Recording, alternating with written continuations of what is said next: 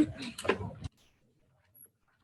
right, so you're all probably wondering, why we're having a Wednesday commander's call, right, as opposed to Friday's all call. We're gonna have a Friday all call this week. This Wednesday commander's call is a little bit special. It's similar to some of the muley talks we've had previously. Remember we did our DOCs back in January, and we talked about what we're gonna kind of peel back the onion on here in a moment, and that was the Capitol riot, right, in January 6th. We're going to talk about this in detail. We're going to talk about what I'm trying to educate you on and what the DoD is trying to educate you on, and how we're trying to communicate to you and also your subordinates, those that aren't in here today, we've got a pretty good capture of what we're trying to wrap our heads around and rally around as who we are in the Double Deuce, who we are in the 60th Durability Wing, and who we are as armed service members, right? Uniformed service members of the DoD. So without further ado, let's go to the first slide. All right, here is the agenda. We're going to go through a few videos in the beginning. That's going to range from the SecDef, right? So SecDef Austin. It's going to go to our leadership in the United States Air Force and United States Space Force. You're going to hear from them. You're also going to hear from a PACE video, and you're also going to hear from our 6th Durability Wing Commander, Colonel Simmons, who's with us today. From there, we're going to go through a timeline of events. I've already kind of hit that first one about the U.S. Capitol violence in 6th January, but I want to peel back that a little bit more and not just highlight that one event, but this is something that's occurred, in human history. Next, we'll go into defining some terms. This is the education piece, right, guys? And I'll be perfectly honest, I'm not a poli-sci major. I'm also not a major in identifying extremism across the world or even inside our own borders of our country. There's people that have masters and doctorates in this kind of stuff. I do not. So what's important is that we get educated on the basis of definitions of those things you see on that individual bullet. Next, we're going to go into the oath of office, the oath of enlistment. I'm going to talk about it just a little bit. We've all done it at some point. We've done it during our re-enlistments. We've done it during promotions. But how many times do we actually peel back on what that means to you? You should hopefully know, right? And also kind of what it means to those you supervise and also your supervisors, because it's a one team, one fight type of thing that we're trying to rally behind. We're going to go into some more education on impermissible behaviors. We're also going to talk about, get a handout in your hands, so that way if you don't remember, take notes on everything I say, it's in your hands and you can refer to it, right? And it's also going to be sent out digitally on Slack. We're going to talk about what impermissible behaviors are. There's some DoD instructions, there's Air Force instructions, there's UCMJ that talks about it. We're going to kind of highlight those individual items so that you're, again, educated on what we're asking you to do and why they are impermissible behaviors, okay, what those impermissible behaviors are. This is where we're going to take a break. So we've got some of our casualty lieutenants and other lieutenants that are doing a St. Patrick's Day themed lunch, right? So we got some a banger burn instead of a burger burn, right? So like bangers and mash, kind of an Irish theme that we're going to have going on with some appropriately colored cookies and cupcakes that'll be downstairs. You go ahead and purchase with the Booster Club. During that hour and a half of getting some lunch, you're also going to break out to your flights. I realize transition flights, 89 members, we're going to split into elements there, right? So we can kind of get around 15 to 20 individuals to facilitate a discussion. That discussion, there's going to be a series of questions, 7 questions, none of which are going to be pointed or uncomfortable. They shouldn't be, because we're going to keep it apolitical. I'm going to keep my discussion apolitical and impersonal as far as what my individual viewpoints are on current events. So what we're looking to is gather some data, okay? And that data is going to be collected by your flight commanders without names, okay? And it's going to be filtered back to me and the team leadership at 1300, which is when it'll end. So you have an hour and a half to kind of eat and have that team discussion. Then we're going to rally back again at 1400. The purpose of that 1400 re-rally is for me to kind of collect that data, disseminate it with the leadership team, and communicate back to you if there was anything that was raised, like, hey, this is an issue that we think we see in the local community in West Sac, or the community down in Napa that we've seen that we feel like we're at risk or our families at risk, I can address it. And then if I can't address it, I can push it up the chain of command, up through OSI, security forces, and the other individuals that you can see, we can talk to in the chain of command if something arises that is identified as extremism, right, within the ranks. Now, before I get started, I'm not here to start any position. I'm 99.999% sure that none of us in this room, because I've been here for 3 years, is a violent extremist, okay? I am almost positive. So I'm not here, nor any of us here, to start an inquisition, make you an Inspector Gadget and root out violent extremism in the W's, okay? It's about communication, it's about education, it's about us kind of reaffirming what we're here to do, why we wear this uniform and go out around the world and do what we do in the W's, all right? Okay, first slide. I got some videos.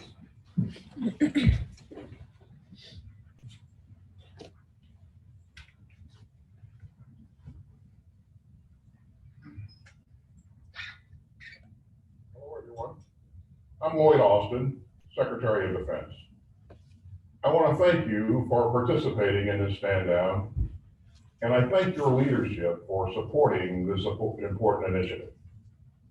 And let me say right at the outset that there is not a single doubt in my mind that you take seriously your oath to the Constitution, and that you serve this country with honor and dignity and character, and that you believe in and uphold our core values each and every day. Many of you have deployed in harm's way to defend those values. And some of you are in harm's way at this very moment. And I want you to know that I'm grateful for that. I also want you to know that your fellow citizens are grateful for that. You see, we understand the sacrifices that you and your families are making to defend this nation. And we know a stand down like this can seem like yet another task to undertake, another burden. But the truth of the matter is, we need your help. I'm talking, of course, about extremism and extremist ideology. Views and conduct that run counter to everything that we believe in, and which can actually tear at the fabric of who we are as an institution. You know, I've seen this before. I've lived through it as a soldier and as a commander. It's not new to our country, and sadly, it's not new to our military. What is new is the speed and the pervasiveness with which extremist ideology can spread today, thanks to social media and the aggressive, organized, and emboldened attitude many of these hate groups and their sympathizers are now applying to their recruitment and to their operations. You know, it concerns me to think that anyone wearing the uniform of a soldier or a sailor, an airman, marine, or guardian, or coast guardsman would espouse these sorts of beliefs, let alone act on it. But they do. Some of them still do. We've got to be better than that. And not just for ourselves and the sort of work environment that we want to cultivate for each other, but also for the country and the very idea of what the United States represents to the world. And that's the discussion that I want you to have today. I want you to revisit the oath that you took when you joined the military and when you re-enlisted or got promoted. Read those words again. Consider what they really mean. And think about the promise that you made to yourselves and to your teammates and to your fellow citizens. I also want you to share with your leadership your own personal experiences with encountering extremists and extremist ideology in the military, should you have any. And I want your leadership to listen to those stories. And I want them to listen to any ideas that you might have to help us stamp out of the ranks the dangerous conduct that this ideology inspires.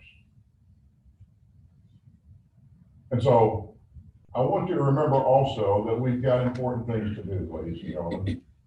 We have serious commitments around the world, and people depend on us. So we can't afford actions and behavior that are at odds with our values and that undermine good order and discipline, that harm or harass and otherwise violate the oath that we share and the bonds of trust upon which we all rely. Again, thank you for what you and your families do each and every day. Thank you for upholding your oath, and thank you for helping us get smarter about dealing with this very important readiness issue. I'm proud to be on your team.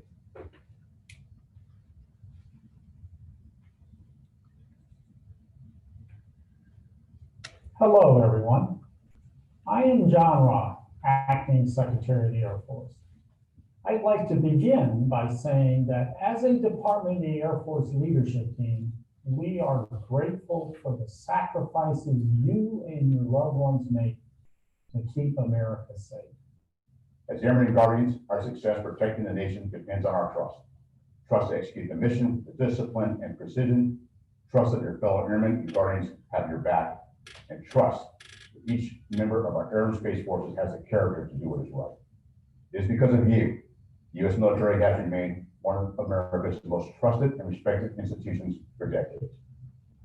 We know that the vast majority of Airmen and Guardians serve in accordance with the oath that they took to protect and defend the Constitution and to uphold our laws, policies, and maintain the highest standards at all times.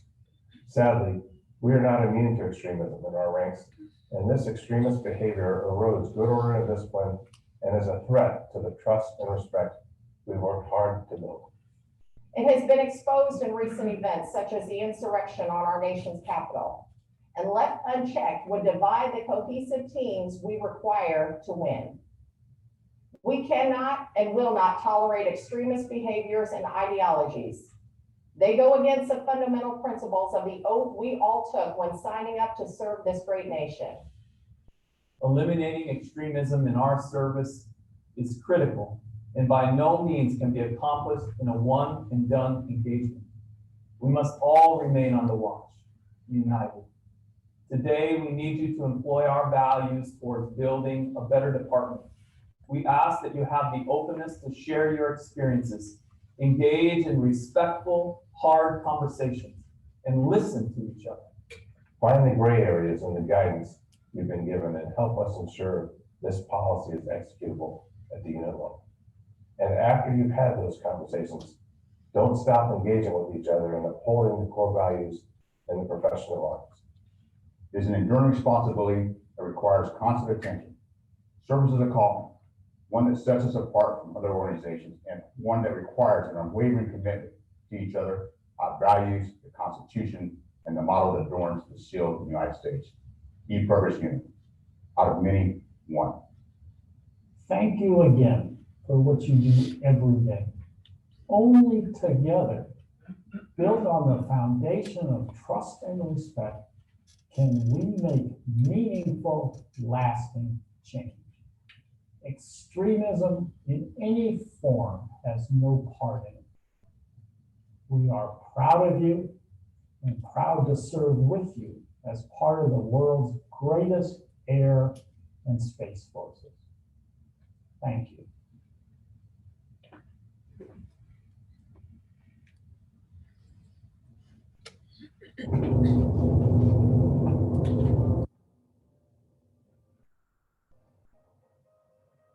All represent the U.S. Air Force and Space Force, but we each represent something beyond this country and beyond our service.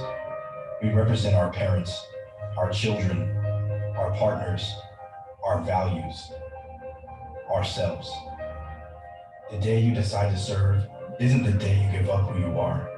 It's the day you show who you are, and the day we become stronger for having you in our ranks.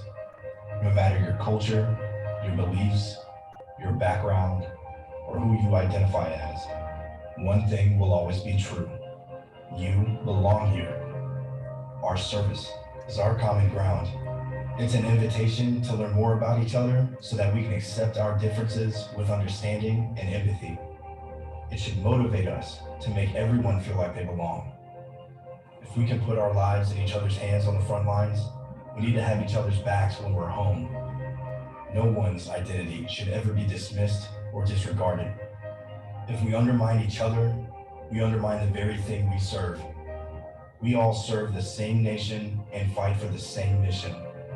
We all joined for the same reasons: to serve our country, to provide for our families, to be a part of something bigger than ourselves so that we might become our best selves.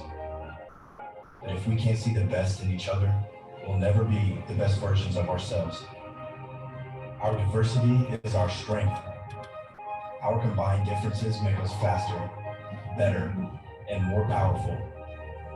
Because we're different, we see what our enemies can't and have experienced what they won't. We have the advantage as long as we continue to work together. The Air Force and the Space Force are environments where everyone should be able to reach their full potential. We've come a long way and we're making strides, but we're not there yet. So let's continue to build it more consciously. Let's open our minds and opportunities to more people.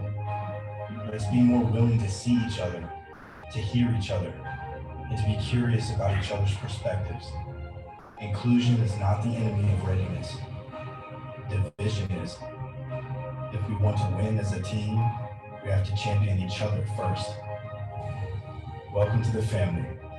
This Air Force and the Space Force are yours.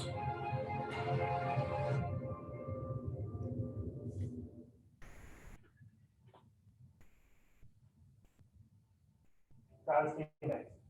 As many of you know, our Secretary of Defense has ordered a stand down to address violent domestic extremism and reflect on the importance of our oath of office as service members to our nation.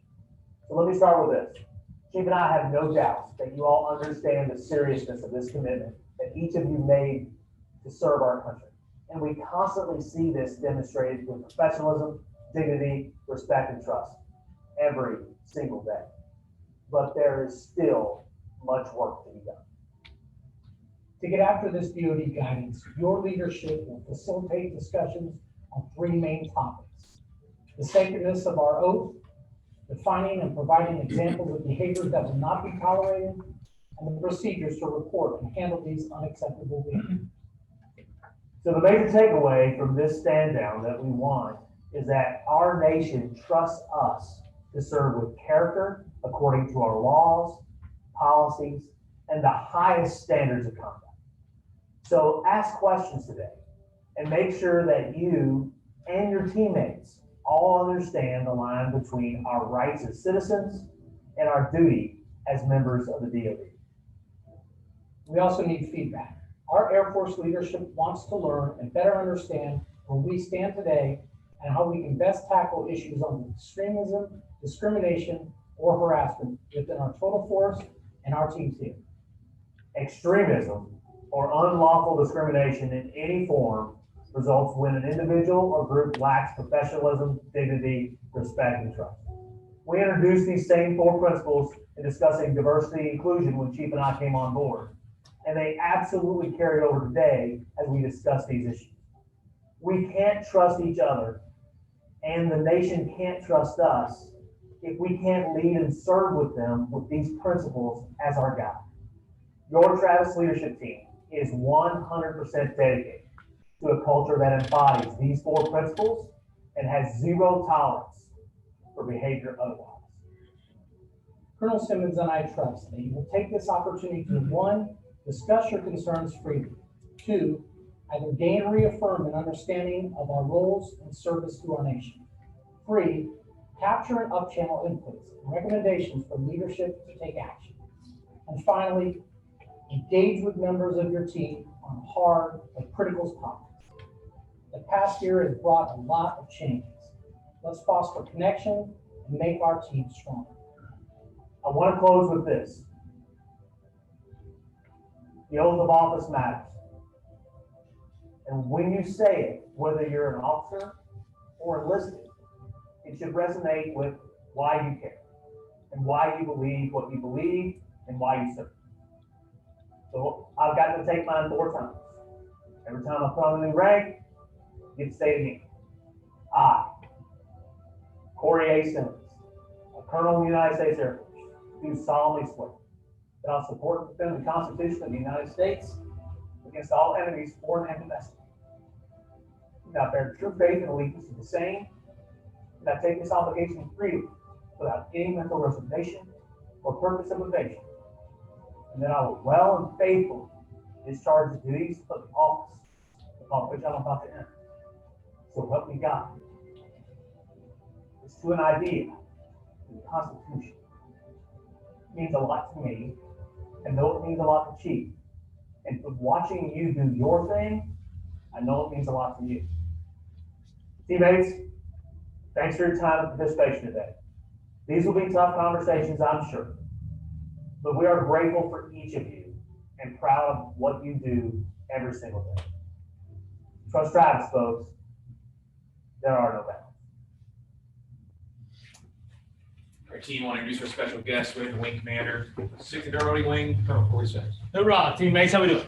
How are you, sir? Yes, sir. All right, so a couple things you should learn from those videos. One, General Lloyd Austin is a monster. He's like 6'6", 280 pounds. I have been in the briefing room when he was a 4-star. I haven't been more scared in my life than he times, right? So when he is, for the old folks, there's an old, when E.F. Hutton talks, people listen. That's kind of how it is with General Austin. Second is that the Chief of Staff stole my PA remarks, right? So how many times did he say trust? About 5,000, right? Well, you're welcome, right? To be able to give that to the Chief.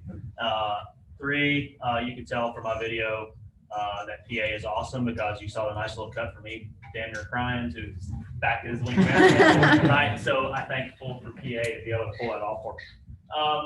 I just want to just leave you with just a couple of thoughts, right? And so I too have been the sarcastic junior officer in my day, where I sat and picked the tragedy or the thing that we're going to learn about next, and rolled my eyes. To be fair, right? And in many of those same meetings, I was full on 100% disingenuous with where I was in my own place to be able to talk to them. I gotta ask you not to be a dumbass like I was, right? I gotta ask you to take this seriously. There's a lot of stuff going on in our world right now, whether it's violent extremism, which to be fair to me, is very much a black and white issue, as in ones and zeros, right? Binary. We don't tolerate this shit, right? You want to do this, you don't get to be part of it, right? That it's really clear and simple. And so today I want to ensure that you know what the rules are, what you can and can't do in uniform, what you can and can't stand for in uniform, right? Many of these are what we would use as common sense for how we've been raised, but until we look at you in the eye and say this is what is right, this is what is wrong based on what we're at, I think rules matter, right? I also think it's important that when we identify trigger points or things that we see, that we actually know who to call, who to ask, who to clarify with, and the like, right? And so today, unlike when we talk about diversity and inclusion, this is to me very much binary, okay? But to say that they're not intertwined in some way, shape, or form, I think is 100% naive. They're absolutely intertwined in one way, shape, or form, right? And it comes back to me to trust, okay? I came to the Double Deuce today for a reason, right? Of all the squadrons that we have, I could argue that this is what right looks like better than any other squadron that we have. Right? I can look you in the eye and look at others in the eye. I have used you as the example of what cohesion looks like, what trust looks like. And you're not perfect, let's be very clear. Right? But you're really good at what you do. Right? And so that comes from your leadership all the way down to the youngest of airmen that is still struggling to be able to get to a C5 so you can learn how to be a loadmaster. Right? But this conversation is important, and I don't have any concerns about the Double Deuce because I've seen your professional development seminars. I've seen the care that each one of you have taken to be more than just a person that wears the uniform. Okay? So I honestly wanted to see what right looks like so that I can critique what doesn't. Okay, so that's why. But I do want to leave you with just a couple of thoughts about this in general. Who thinks they're the youngest airman in the room? One stripers? Okay, cool. Chief, where you at? Chief's here. I won't say you're the oldest, but we'll say you're the oldest. When the public looks at us on social media specifically, how much do you think they know the difference between the airman who makes a comment or a stance and the chief? We all know the difference, right? We do. We know the difference. Does my mom know the difference? No. Does yours? Probably not. Do they know the difference between a civilian and a member of the armed services? Absolutely. Right? So when you decide to go down this road of making public comments about anything, it's not just about you anymore. Right? Whether you like it or not, you fully represent us as members of the armed forces, as members of the U.S. Air Force, as members of the 60th Air Mobility Wing, and now members of the Double Deuce. All right, so the patches that you put on your shoulder mean something, right? And so I've tried to put in the words, and if you've been to my either FTAC, ALS, or newcomers, I leave every single encounter with this very analogy. When you're wondering whether or not you should do it or not, right? When you're wondering whether or not you should go on this side of the aisle or this side of the aisle, I want you to just think about three things, and it's about this uniform. And you can cheat, you fight, so you guys will get the point, right? There's 3 patches on this uniform that are on the front of my chest. All right, one of them is rank. That is the easiest.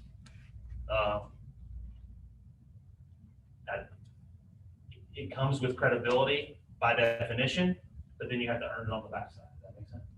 Like when you see somebody who wears colonel, or you see somebody who wears chief, or you see somebody with chevrons going north as a senior NCO, right? You kind of start with a measure of credibility that I don't have to ask the next question, right? That's the one that we use internal to ourselves, right? This one is the entire of all of us, right? So we put this uniform on, right? It says U.S. Air Force.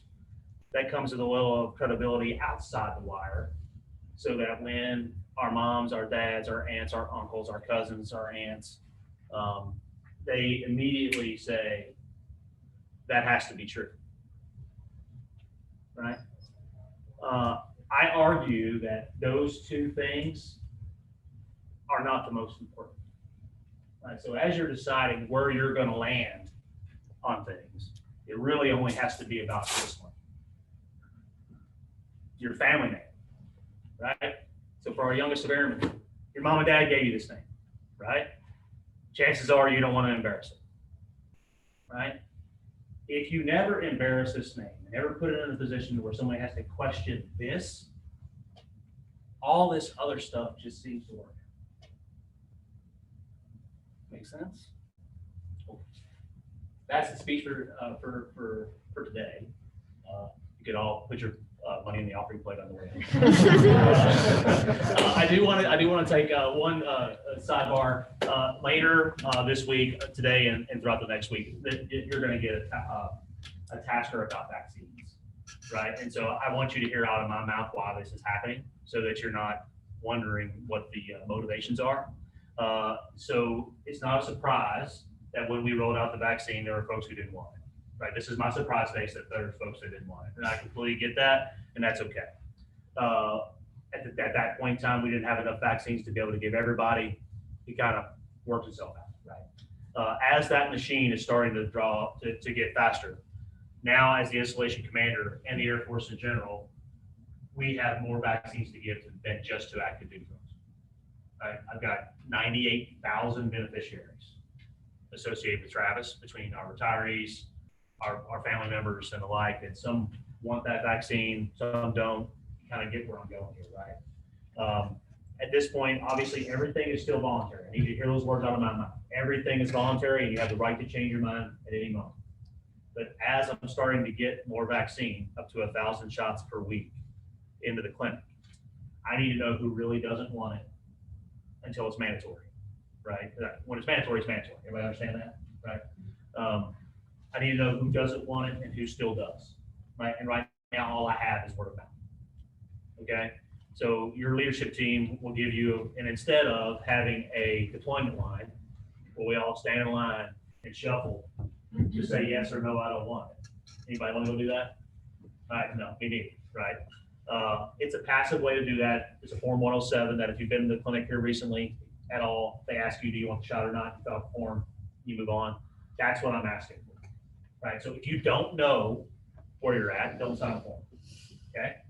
If you know where you're at right now, I ask you to sign so that when the question comes back, I know where I'm going to give the next shot. That's all this is about. As that context changes, i.e. the emergency order is lifted, any of those other things, we'll come back to you, right, and look you in the eye and tell you that the context has changed, right? There's no hidden agenda here. There's no secrets. He doesn't even get to see who signed and didn't sign, okay? None of that. You don't get to see it. So does that make sense? I got to be able to pull the data so that when I get 1,000 shots, I need to know where to go. Fair enough? Okay. Last one, leave rules. Right? So obviously things are getting better. There will be some policy changes that you will think is to your benefit, right? Like I'm going to eventually, April 1st right now, I'm leaning toward removing the 300 mile radius. I'll tell you that comes with, it's not a free for all, right? When you leave our 300 mile radius, it is a coordination between your supervisor and the commander and you, that you've had a grown up conversation about what you're doing, because he still owns your ROM if God forbid you get to contact trace.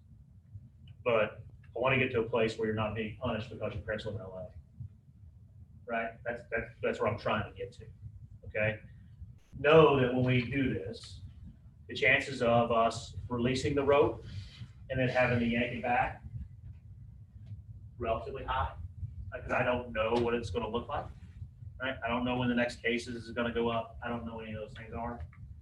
Just know that when I make a decision, I'm thinking about all of that, okay? Your convenience is interesting, but not compelling, okay? Right? And trying to do that for 6,500 active duty folks, not easy. But I trust you. I trust that he can run his squadron and the chief can do his thing and your flight commanders can all look and have grown conversation. I believe that we can get there. And now the science is starting to prove it. Okay. We're going to fire up softball relatively quickly for intramural sports, right? To try to get some sort of competition back in this deal. The goal is to get youth sports back and going by mid-April, so that we can get our kids out of our houses, right? But again, all of these come with the opportunity of, yeah, we're gonna do this, and then if all hell breaks loose, we gotta go and pull it back, right? So your patience, it's way harder to open than it is to close. No. Any question? Right? That's not it, right? So as you have ideas on things that we can get after in a different way, trust me, in this wing, it goes from your mouth to my ear in a matter of minutes. I talk to your squadron commanders every day. Right? Your ideas get to me. Right? It's a good one. It's going to get executed. If it's a bad one, I'll probably whisper, hey man, have you considered that if I do this, this happens? Right? If it benefits all, you don't need me. It's such a no-brainer that we should all be doing it. You don't need me to decide it. There's always a winner and a loser, right? In every one of these decisions. That's what you need to do, right? To be able to weigh that and move out. Cool? I'm even under time. Any questions? Anybody got a burning question that they think I can fix with a struggle with it? There's all kinds of things I can fix with this. One team. It doesn't happen every day. You don't have the wing commander, the wireless base and AMC. Spend your time. putting this on you. You got anything? Go ahead. Or I'm the greatest wing commander ever. Make me believe that walking out. All right, comfortable, understand the vaccine thing? Right, I didn't, like, this is not an inquisition. It's free will's a bitch, man. Right, do I believe that it will become mandatory? I do. Right, I do. Do I know when? I don't. Right, I also believe, here's my one fear. Now, this is just Corey Simmons, not the wing commander talk. At some point, the market is going to drive everybody to want to get that shot. Right, whether it's international travel, whether it's domestic travel, whether it's something. At some point, when we reach a peak of some point, whether it's 50% of the country, 60% of the country, at some point, that's going to happen, and we're not going to get to control that. And my fear is that once we start integrating everybody into our clinic to be able to get the shot, moving you to the front of the line for convenience won't be popular. Does that make sense? Right? And so I get it, right? I want you all to go get the shot, right? I do. But I get why you would not want to, right? And so I just have you think through a little bit of that as we continue. Right now, still just Moderna at our clinic. No, we don't have the ability to have Pfizer in our clinic because of the freezer capacity. I believe we'll get J&J at some point, but it's not in the foreseeable immediate future. I think that's the game changer. The one shot to folks that you only have to see them once, that would never come to the clinic twice, right? I think that's the game changer. So I'm hopeful that we get out of this. Okay, last chance. I'm out of here. Thanks. I'm clearing out everybody. Thanks, everybody. Hey, thanks.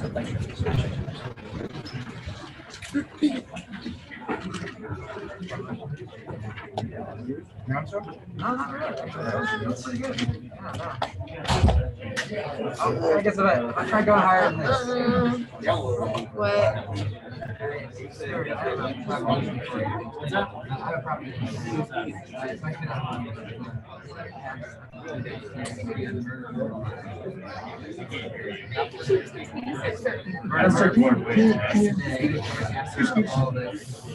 Christina was saying, everybody's two left. Oh, you should tell me. I would have just kind of. I didn't see the text until just now. I wonder if she was texting me too.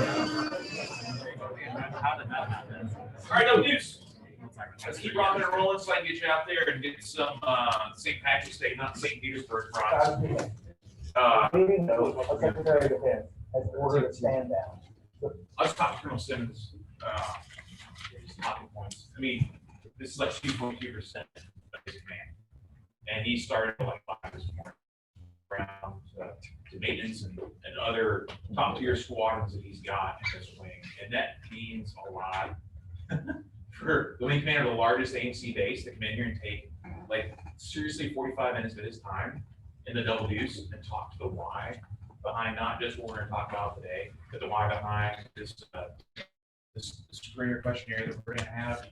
I mean, he's only one man, and that means a lot. And that just kind of shows how much that he believes in the double deuce. He tells me that a lot, whether it's a text at 10 p.m. at night or a phone call over the weekend or a scotch at his house. He believes in the double deuce, right? And he means, when you talk about these 3 patches, especially that name, you can see the emotion in his eyes. He believes in it. He wants you to keep your family legacy and keep your double deuce legacy going forward, okay? When we talk about picking a left or right, there's many decisions we make in our life. So with that, next slide. Okay, so kind of talk to the timelines already. I'm going to skip the first bullet. We all saw it on the news. We all kind of felt the aftermath in social media, on regular, prime news. What occurred, it's not in a bullet in there, was on the 13th of January, the Joint Chiefs, you remember the memo I pushed on Facebook? The Joint Chiefs published a memo condemning the violence, right? And kind of reaffirming what we stand for as uniformed service members. You all kind of remember that like 5-paragraph memo? That came out and kind of re-rallied everybody like, hey, we condemn this. What do we stand for? Supporting and defend the Constitution, supporting and defending each other and the populace of this nation.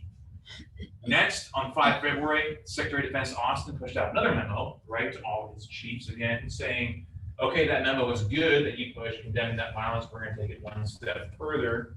And we're gonna do some education, some communication, and have a stand down day, which we're doing right now, half a day-ish, to talk about this kind of stuff. Because like I said previously, if someone asked me, someone who was educated and came and asked me and said, hey, what is extremism? I'd be like, tap dance a little bit. I think I know what that means, but it's probably not the definition that's Merriam-Webster. You know what I mean? It's probably not the definition of a doctorate degree that they spent many years researching on what extremist groups stand for and kind of the spectrum, the path of going from just being a passive observer to an actual activist as being extremist looks like. And that's why we're here today to talk to it. Okay. So 6 April was kind of the deadline that SecDef Austin gave us to have this stand down. So like many tenants they'll do, we're usually ahead. So we're ahead on that today. We're going to get everyone pretty much 100% caught up. It's also being recorded for folks that aren't here today, and there's some folks that are online as well. So welcome. The last point I want to make on this slide, and I'm going to move through this fairly quickly, but I need you to keep a high level of what I'm saying. Okay, is that the U.S. Capitol violence that occurred on the 6th of January this year is not a, how do I say it? It's not a singular event that's occurred in human history.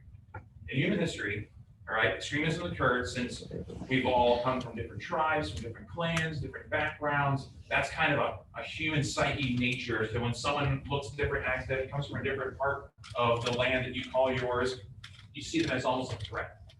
Okay, and the human brain is as simple in some ways it can be. Says, how do I isolate this and make it normal? And say, this person I'm not going to share resources with. This person I'm going to maybe intentionally get rid of, right, of these people that look different, because that's what ensures my resources staying and continuing as a clan or tribe or whatever. That is something that, you know, is going to continue to exist. It's part of our human psyche until we all look the same 1,000 years from now. Okay, so that's why we talk about diversity and inclusion, because we know now that a lot of that stuff is not good. It's not good for readiness. It's not good for strength for a unit. Much like I said, you know, EOS. You look around, like right now, look on your left and your right. We are a super diverse organization. And that's also what makes us probably the #1 squatter in space. All right, I'm not lying. I mean that. Okay, so what I want to say is this one event, this is the takeaway from this slide, is not the only event behind this discussion. Okay, it's occurred many times before. This is just an opportunity for us to talk about it. Okay, all right, next slide. Whether you've been to personal management course, or in leadership school, NCOA, or squadron officer school, you know as a briefer not to talk to the slides. But I'm telling you right now, I'm going to talk to the slides. I'm going to read it because I don't want to get it wrong. Okay, and I pulled these straight from the AFI. So we got 3 pieces that I'm pulling from. You have DoD Instruction 132506, AFI 51508, and also UCMJ that I'm going to speak to, okay, on this. So I'm going to read the slides. It's going to be on a 1.5 minute slide, but I want you to pay attention, read it, hear it. It's important to say it out loud, okay, so you know kind of what I'm standing for, and you hear it and read it again, so it's reaffirmed with you. All right, straight from the 51508. Doctrine, so defining extremism, doctrine, ideology, or cause, okay, characterized by, but is not limited to, a common belief which might otherwise be politically or socially acceptable, but that espouse the use of threat or force, or threat of force, or violence, those are the key terms, right, to obtain their goals. That's the difference, okay? Is these, they want to use threat of force or actual violence to obtain that goal for whatever doctrine, ideology, or cause. FBI's definition is encouraging, condoning, justifying, or supporting the commission of a violent act to achieve political, ideological, religious, social, or economic goals. Be any which of those. So different categories within a long spectrum of going from just watching something, we're going to talk about your handbook, you can see the spectrum on the bottom, just watching a video that supports, you know, where it's of extremism, to all the way to participating in and advocating for. There's that long spectrum that we're going to talk about. Next slide. Okay, this is the actual video from the expert talking about extremism, because again, I don't have a doctorate in this, but this person does. You're going to hear from them. Then we're going to go through 3 other slides, and then we'll be done probably around the hour mark, okay? And then we kick you guys out, go get that lunch. All right, deal?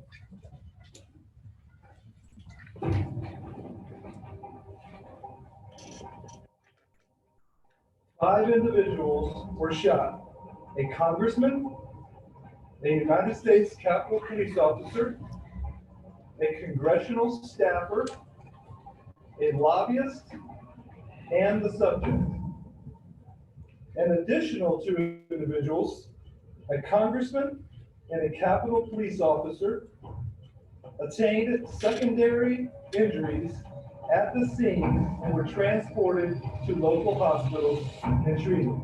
Many of you know, many of you have heard that a few miles outside of Denver, in a town called Aurora, at least 12 people were killed when a gunman opened fire in a movie theater. And dozens more are being treated for injuries at a local hospital. Some of the victims are being treated at a children's hospital. I'm here today to reflect on the tragedy that occurred in Colorado Springs last week. There, a gunman attacked a Planned Parenthood clinic, killing 3 people and injuring 9 others. Because yesterday, a former student at Marjorie Stoneman Douglas High School in northern Broward County, Parkland, Florida, walked on to the campus with a gas mask, smoke grenades, and carrying an AR-15 assault rifle. He pulled a fire alarm. He waited for the students to come out into the hallway, and he opened fire.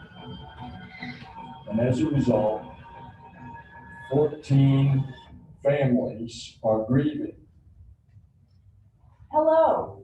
As you can see from the video, violence motivated by extreme thinking is not a new phenomenon. My name is Dr. Heather Morris, and I'm a major in the U.S. Air Force and an investigative psychologist with the Office of Special Investigations, or OSI.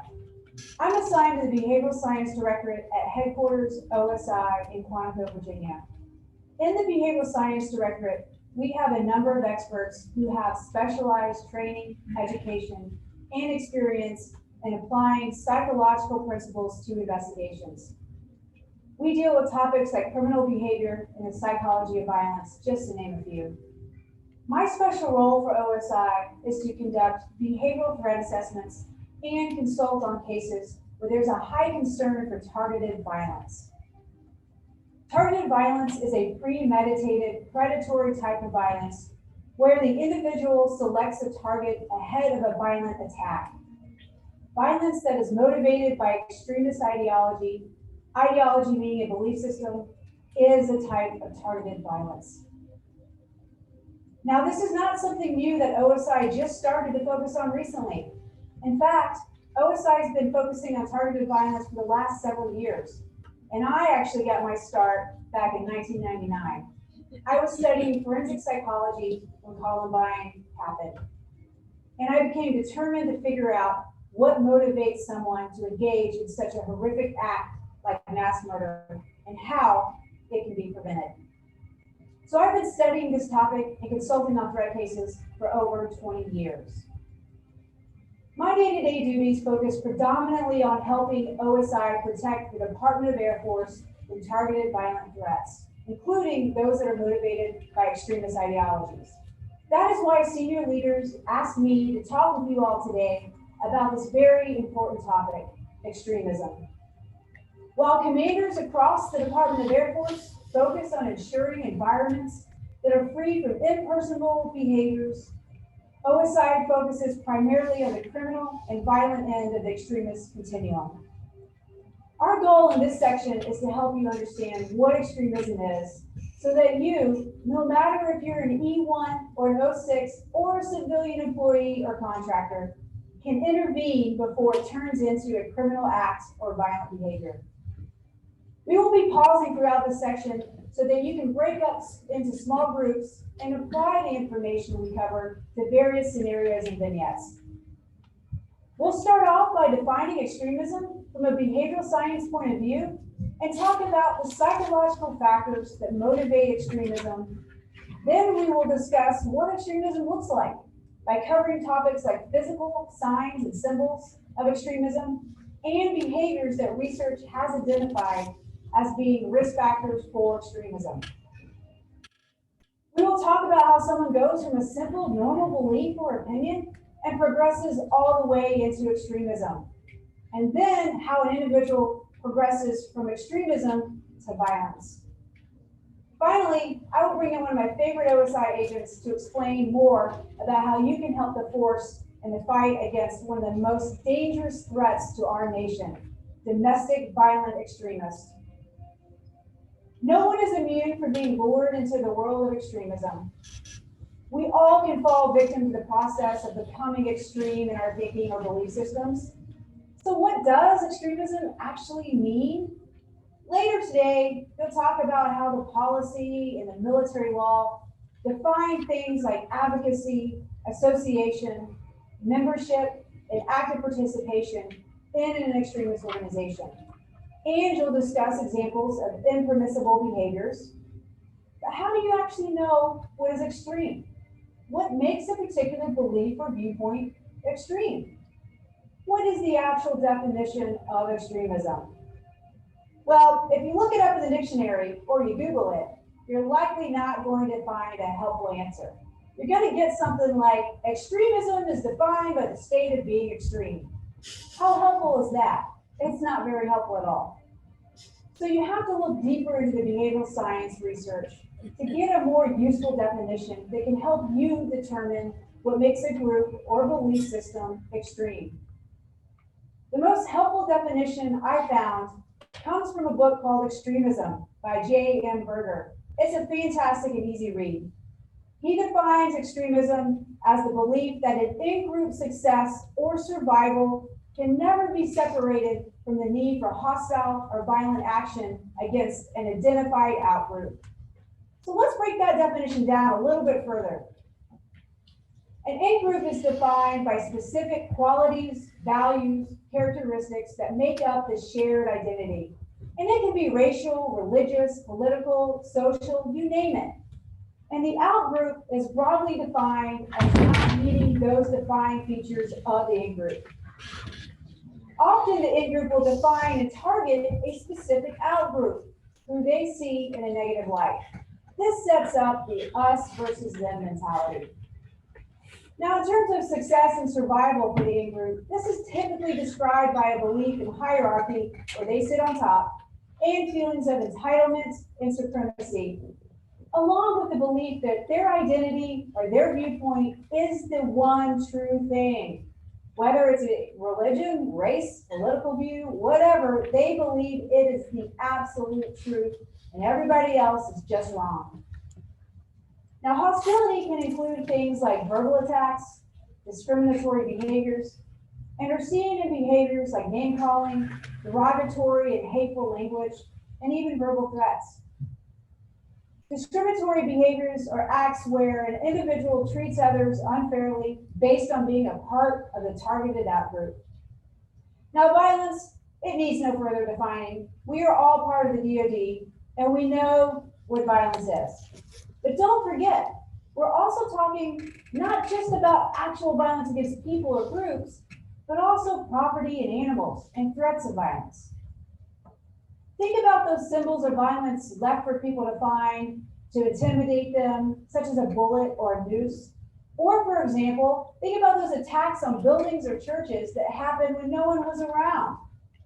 Even with these, there are often unintended deaths or injuries.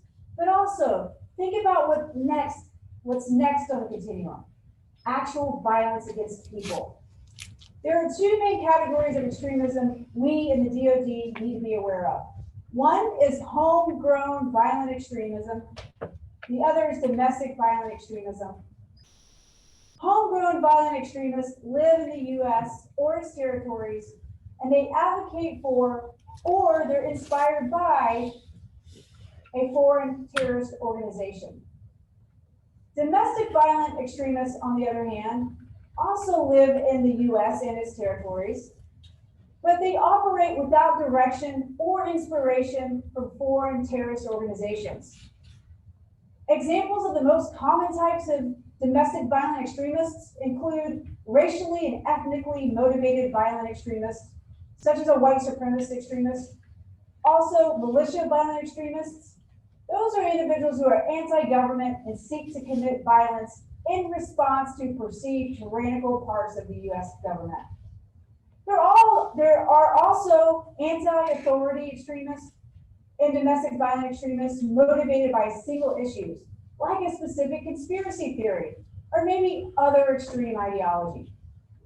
Remember, to be considered extreme, the individual or group feels that hostile and violent action is justified against the targeted outgroup. For decades, the military has focused on the threat from foreign terrorist organizations and homegrown violent extremists. But intelligence agencies, law enforcement, at every level, and the academic research all agree that the bigger threat, the most lethal threat, comes from within our own borders, not from a foreign terrorist organization. It's domestic violent extremism engaging in targeted violence. That's not to say that we should just stop focusing on homegrown violent extremists and foreign terrorist organizations. We certainly need to continue that fight. But the major threat is actually from domestic violent extremists. We are not the only country dealing with domestic violent extremists. It's an issue many of our allies are also struggling with within their own borders. So this applies to you even if you're stationed overseas. Now that we know what extremism is and the type of extremism that is the biggest threat, let's discuss motivation. There are basic factors that motivate human behavior. For example, we all have an innate drive for survival. This comes from way back when our ancestors had to figure out how to survive daily. Even though we don't have to do that, we still have this innate drive to survive. Another motivation is, as humans, we do not like uncertainty. It causes anxiety and distress. And so we have a need or desire to control those things that are causing the anxiety and distress. Another factor that motivates our behavior is our strong need to belong and to feel special. Now, these are just a few of the factors that motivate all of our behavior. And trust me, there are a ton more, but we don't have time to discuss them all. So these are just some of the ones that also tend to motivate extremists. So how do these basic human factors play out in the minds of an extremist? Well, extremists tend to feel that the mere existence of a targeted outgroup or the perceived actions of the outgroup are causing the in-group's demise. Therefore, they feel the need to engage in hostile or violent action in order for the survival of the in-group. Now, extremists respond to uncertainty the same way we all do. They feel anxious and distressed. And extremists also have a desire to control whatever it is that's causing that anxiety. But instead of taking a deeper look into what is realistically causing the distress and anxiety in their lives, which often involves multiple complex factors and self-reflection, they take another approach and blame the targeted outgroup for all of their problems. Then they feel justified to use hostile and violent actions or the threat of violence to intimidate and attempt to defeat the outgroup. That is how extremists think they control the factors causing their distress. Now, like all of us, extremists have a desire and need to belong, so they tend to gravitate towards others that share similar beliefs. Finding others who share their beliefs has become dramatically easier in the age of the internet. So now let's apply what we just discussed to a case. This is not a real case, but this is a similar behavior we have seen over the last couple of years within the Department of the Air Force. So let's pause for a short break to allow you time to hear a scenario and apply what you just learned. As you hear this case, identify the elements that define extremism and the motivations for extremist behavior.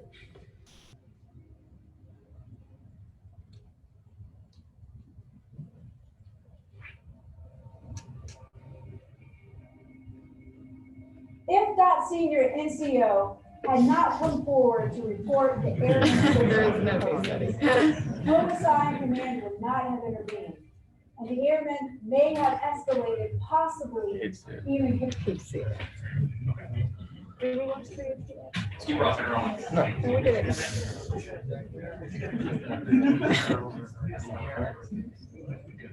Right on.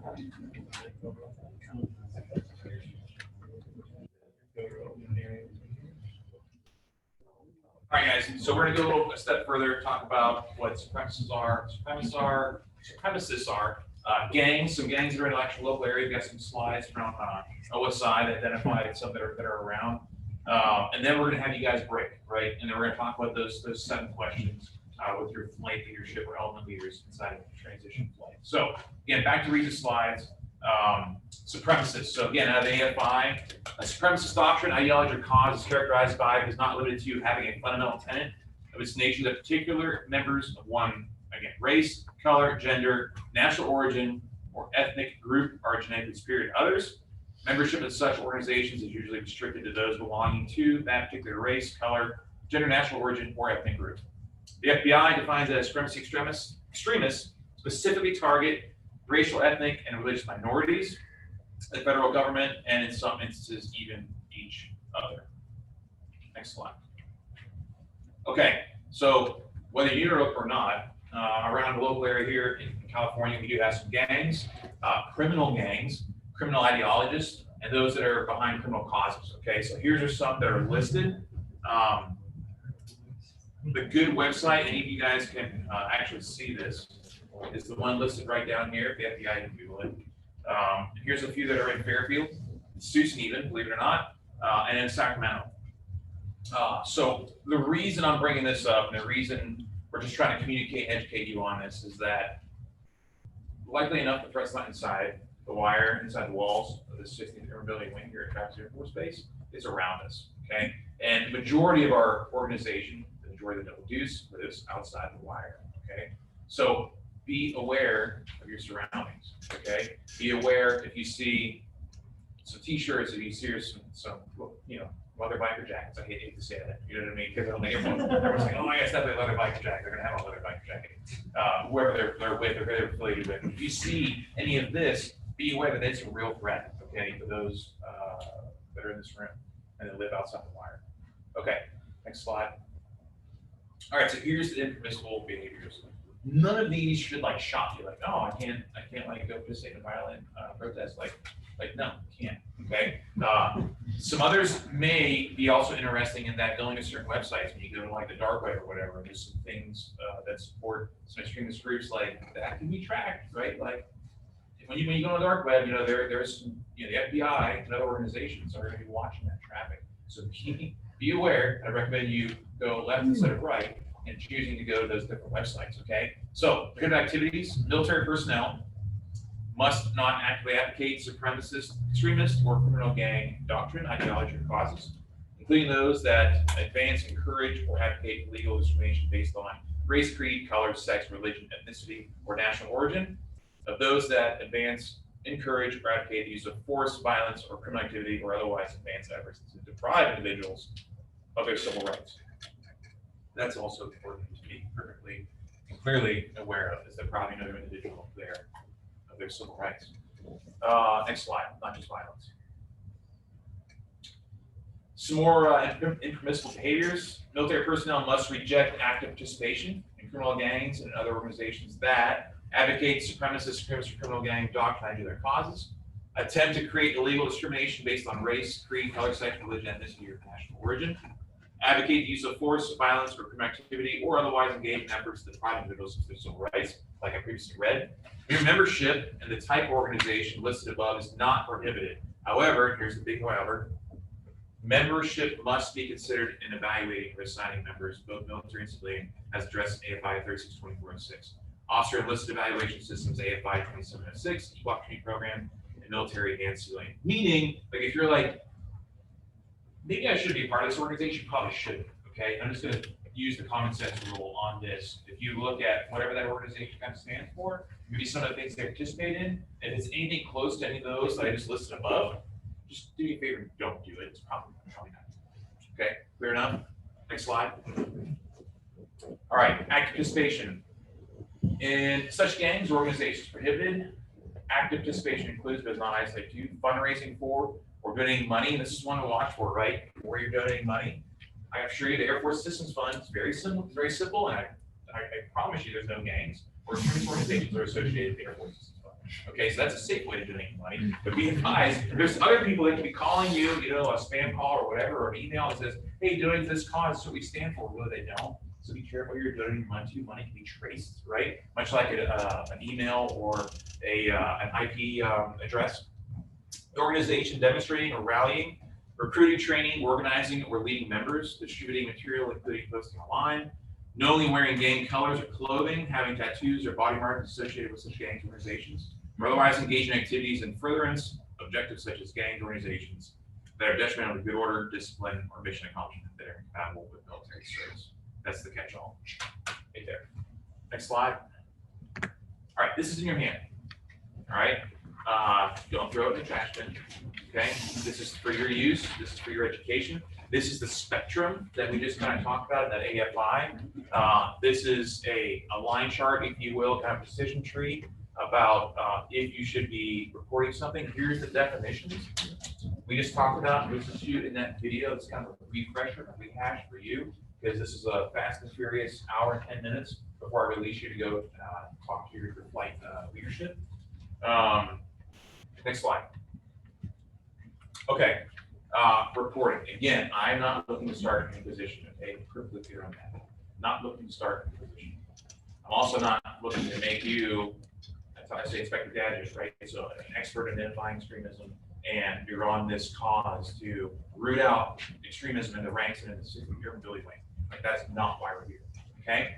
But if you do see something, more than likely it's probably outside the fence, and maybe in your local community, here's probably your priorities. Here's your priorities you want to use. Chain of command, straight up. I'm concerned with your safety.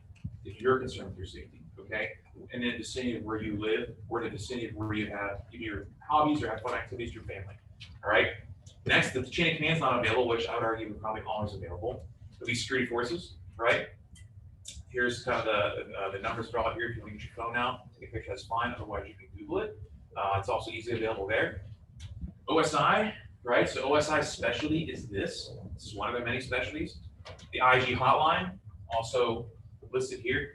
Any of those resources are to get you the right person, make sure that information is distributed to the base personnel to know that, hey, don't go to this area during this time because this was observed, this was researched, this was found, okay? Because of the tip-off you can provide. Next slide. All right. With that, we're going to go just have the first shirt stand up for a minute or two. The chief's going to stand up. I'm going to close. There's just a few closing remarks before I release you guys to lunch. I promise we're going to get out of here by quarter after, okay? All right, church. Whoop. Church. Good morning. Yeah, I didn't review that last video about all the school shootings and all that. It kind of springs some emotion. Yeah. Obviously, extremism is a huge issue, not only in our country, but all across the world, right? Whether you've been in as long as me or been in 30 years like the chief, or been in 2 months. 26, that's all I'm making. We've been in a couple months, you know, we've been dealing with terrorism all across the globe for years. Terrorism are extremist groups, right? I've deployed plenty of times in support of operations all over 5 different continents across the U.S. In support of why we wear this uniform and protecting and supporting the Constitution. So I'm definitely not a smart guy. I'm not as smart as heck. Well, all the people in those videos and whatnot. But yeah, so same thing like the boss said, extremism, right? I kind of read the definition a few times. Like, I understand like what extremisms stand for, as far as wanting to use whatever means necessary to push their cause or their ideas, right? So yeah, so the best way for me to kind of break that down was kind of pull and piece the words right out of the definition, kind of just simply break it down, right? Cause or ideology that will use violence to obtain their goals or their beliefs in society. That was the easiest way for me to break it down. And just the kind of the second pointer that I pulled out of this whole thing is that everyone needs to understand, and I hope you do understand, is that all airmen do have constitutional rights to express themselves. But of course, taking that oath means that we have to do it in good taste good conduct, good order and discipline, and of course, keep, the idea of national security and our family security in mind at the same time. So you can definitely express yourself, but just make sure you're doing it correctly. And the last topic that I kind of pulled out of this that I thought was huge was, yes, of course, social media. You heard it from the wing commander, you heard it from our commander. Social media is the way these days of communication, right? These groups can reach you by any which way they choose. I know probably everyone in here that's on IG or Facebook has gotten that friend request from the person with no picture and 1 or 2 friends, someone you've never met before. I've gotten plenty of them. Yeah, probably shouldn't be the person to friend. They could be part of those groups. They could be part of just fundraisers trying to fund these groups or whatnot. Just bad news. Please stay away from it. And yeah, when you're on social media too, just make sure you're conducting yourselves as members of the Air Force, members that wear this uniform. And just to close, just for today, take these discussions seriously. This is why the DoD is standing down. And have a nice day.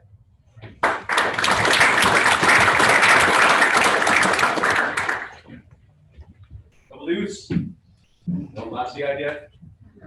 For the record, 43, 26 years of service. So I am the old guy, but outside of that, I'm in my prime. So. All right, so let's just break down a little bit. All right. So real quickly, give me a show of hands. Who has beliefs or biases in politics or religion or anything else? Everybody, right? All right. Who is going to advocate for violence or take violent acts to progress those beliefs or biases? Please somebody have it. Yeah. Right, so we're getting that, right? So the Colonel Simmons came and talked about it. He says, like, you guys, I'm not worried about you, right? And that's what we're here for. We're here to just, it's not any position, like I said. We're here to put, what is extremism? We talked about that, right? What to look for, how to recognize it. And if you recognize it, how to report it. All right, so these are our barriers. Here's what we're doing. And like Shirt said, social media is probably the quickest way to see if someone's like kind of going off the deep end, pulling back. It's like, hey, I don't know what's going on with this guy. And a lot of times it's not going to be military members, it's going to be friends in the civilian population too. So it's our responsibility to take care of U.S. people via the oath office and Constitution. So that means on and off duty people, not like direct military, right? All right, so today is an opportunity to solicit candid feedback. All right, I know it's mandatory training and no one likes it, but we're already here. I'm just asking to put forth the effort. So we're going to break up into small groups, right? And they're going to be the 7 vague, approved by whatever level questions, right? But really just think about them and give some honest input and feedback. All right. Your flight commanders are not going to be counselors, right? They're there to basically just like, hey, have you seen this? And they can like dig a little deeper if they need to. All right. So if you do that for me, that'd be great. Colonel, or as they said on the video, it's not a one and done. Extremism started with the caveman, and I'll go until we're all wearing one-piece suits and flying around Saturn, right? So it's going to keep on going, right? It's just a human nature. So just take it all in today and keep it back in your brain. So if something's going on, little flag goes up like, that's not right, and then report. That's per the previous slide. All right. And I'll tell you what I do. All right. I had command a long time ago. They gave us a brief. And it wasn't about this, but it's about just like, in general, you as an Air Force member. It's like, okay, if you ever find yourself in a situation and you're thinking, should I be doing this or should I be doing this? I don't really understand what I should be doing. Just imagine you're now in that same forum out in public and now you're in full service dress.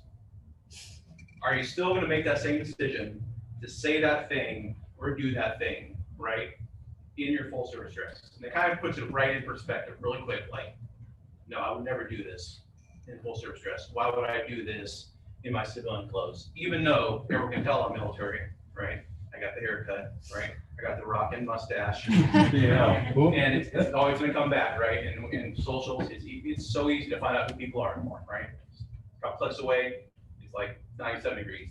It takes like 3 degrees now. It's so easy. So just keep that in mind, right? That should be your litmus test, all right? So that's all I got. Please engage today. Make it, for what it's worth, try to get something out of it, and together we'll all be better. Thanks, Chief. All right, 2.2 minutes. Thanks for those words, Shirt, Chief, the wing commander. Already thanked him in the hallway. That meant a lot to me. It meant a lot to hopefully each and every one of you to hear from our top commander on the base. The next slide, I just want to close with a few points, right? You've already heard the oath of office. I'm not going to, I thought about it, I'm not going to stand up here and recite the oath of office to you. But it should mean something. We all say the same word, but it should mean something a little bit different each and every one of you. Why did you join, right? Is it because of your family name? Is it because of the resources that are available, right? Whenever you become a uniformed service member and dutifully serve and your listener your commitment. It could be a myriad of different things of why you serve, but the background and the way forward on what that oath is about is all the same. You're here to support and defend the Constitution of the United States, right? If you're enlisted, you're following the orders of the president or those officers appointed over you, or if you're an officer, right, you have no mental reservation for to carry those duties out, right? Period. That's kind of the three tenets that are behind the oath of office, all right? And those aren't perfectly clear to you. Reread it, all right? And it says the Constitution. If you haven't read the Constitution yet, I'm going to say shame on you.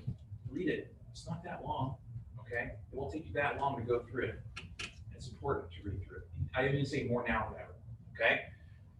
Next, core values. If you're doing the core values, it's almost like what Colonel Simmons said. If you're doing everything to represent your name and make sure your name is held in the utmost light of your teammates around you in the United States Air Force, if you do your core values, you're gonna be fine, okay? Integrity first, service before self, excellence in all we do, all right? We talk about what the strength of being a double deuce is, our center of gravity is our culture. This is our culture. This is kind of the bedrock, right? Everything else we talk about, being a heavy hitter, having ownership, okay? Sweeping the sheds, all the legacy book we talk about, all those tenets, what it means being a double deuce, that's all the icing on the cake, okay? This is the foundation, all right? We're gonna break up here. We got some food that's ready downstairs out in the parking lot. Normal spot for the burger burn. Go out there, get some food, should all be ready, rapid fire. We had the casuals change their plan as far as distribution. It should go very quickly. Have the conversation, be open, be apolitical, please, all right? I don't want a political conversation to start. This is not political, okay? It's not, the discussion is not, okay? This education communication is not. Keep your inputs to the point, factual, all right? I'm not taking any names. Your flight commander is not taking any names. They're just taking data and information input, all right? That's all. Do I have any questions before I release you guys? I know it was a long hour and 20 minutes I went over. Any questions whatsoever? I'm not getting any hands, guaranteed. If I do this, okay. All right, carry on, get some food. We'll see you guys back in 14 minutes. Thanks.